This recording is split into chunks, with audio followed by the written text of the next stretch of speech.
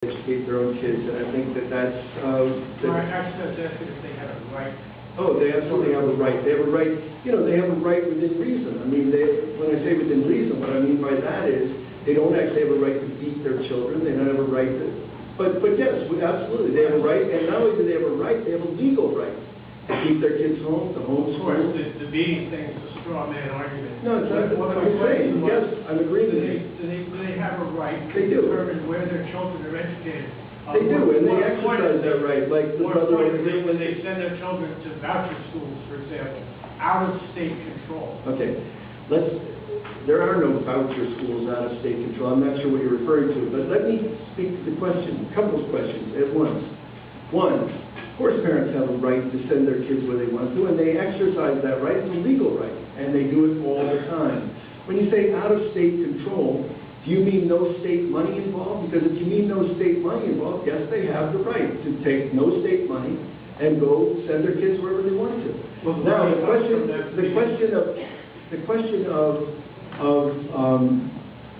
question of vouchers and charters and so on is a question that I'd like to talk about. And I'd like to talk about unions in the same voice. I think we're witnessing one of the worst examples in the history of this country of stripping the public space and destroying the public good in the interest of privatization. And I think privatizing the public schools is a major, unbelievable mistake. The public schools, and incidentally, the public schools in places like Winnetka and Scarsdale are doing just fine, and nobody objects to them. Those are public schools paid for by public money. And I think that there are certain things, and maybe some of the Tea Party folks are going to disagree, but I think certain things are a public good and ought to be paid for by public money. And I'll give you a couple of examples. I think it's good that we have a public fire department in Chicago. I think it's great. Why? Because we used to have a private fire department, you know, in the days of Ben Franklin, before he invented the fire department that we know kind of today. And then what happens then is your house caught on fire, gangs of men would show up and you would bid with them. If you put out my fire, I'll pay you so much. I think that's a mistake. I think we should actually have a public fire department. Can I get an amen from anybody? Public fire department. Okay. It's a good idea. I think we should pick up the garbage as public goods. Why?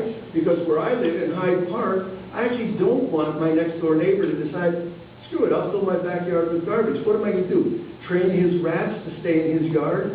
No, we have to actually have a shared understanding that the garbage ought to be picked up.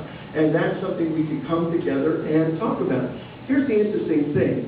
When I hear some of this argument, I hear you saying, and I may be wrong, but I hear you saying, there's nothing that the private can't do better than the public. I couldn't disagree more. There isn't a government on earth, every government you know, has one function, and it's to tax and spend. That's all they do. They tax and they spend. Tax who and spend on what? Tax. I'll get to you, my friend. I'll get to you. Why do you want to interrupt? You're contradicting yourself. In what sense? You said at the beginning you said we're like the worst educated, and now you're saying that we should all go to public school. I didn't say we were the worst educated. Yeah, well, what was the National Geographic? Okay, draw three hand sketch of Bahrain if we're not geographic. The point I'm making is I'm not defending the status quo in education, but I am saying that there are certain things. Let's just stay with this. Every government you know taxes and spends. So you may style yourself against big government. So I hope you agree with me that we ought to cut the Pentagon down to zero. That's $1 trillion right there. No, but we should have the government that's spending nothing. Exactly. So the question is, who do you want to tax and what do you want to spend on? I want to tax the rich and spend on the public good. Others want to tax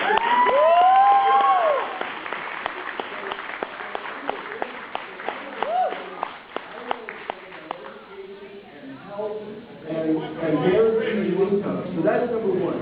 Number two, in this conversation about the Catholic schools, talk about a straw man. That's a straw man. Why? Because you're talking about different kids. You're talking about kids who are, and that's true of the charter schools as well. The kids who can get there, the kids who have the access to those things, yes, they do better. But what you have to take into account is poverty. And nobody today is talking about poverty. You say that the Obama administration has turned against charters. I've never seen an administration that's more in favor of privatization than the Obama administration. That was a disaster. Mr. Mayor, he closed down the voucher schools in Washington. He closed them down. And if you're so hot about the charter schools, I hope you take seriously the actual research that's going on that says the charter schools don't actually do better. They don't do better. And since they don't do better, why are we so sold on the fact that that's the way to go? A quick word on unionization. The reason I mentioned unions is I said that's where the Obama kids went to school. I didn't say anything more than that, but now that you've asked, I will say more than that. Good working conditions are good teaching conditions, and good teaching conditions are good learning conditions. You negotiate with teachers and administrators. You have this, the legislatures can weigh in. But the idea that you would figure out what good working conditions are without the voice of the teachers is nuts.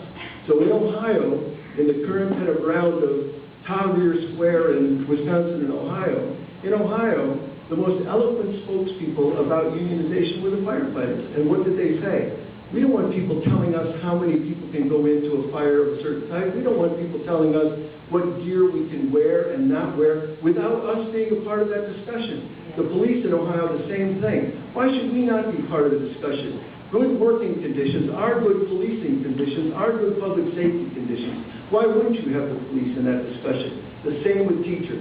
Teachers have a right to organize, they have a responsibility to speak up for kids, and the idea that somehow the problem in America is lazy, incompetent teachers, people are out of their minds. But here's the problem. The right wing, including the Obama and Duncan administration, has framed the issue this way. Every time during the 2008 campaign, a politician got to the microphone and said, we need to get the lazy, incompetent teachers out of the classroom. Didn't you feel yourself nodding? Some of you vigorously, some of us dully. What am I going to do, stand up and say, that lazy, incompetent teacher has to stay there so my granddaughter can have her? No, you win the argument simply by saying it that way. If I got to the microphone before John McCain and said every school child in America deserves a competent, intellectually grounded, morally committed, compassionate, caring, well-paid and well-rested teacher in the classroom, wouldn't you agree with that? Yeah. So who gets to frame the issue?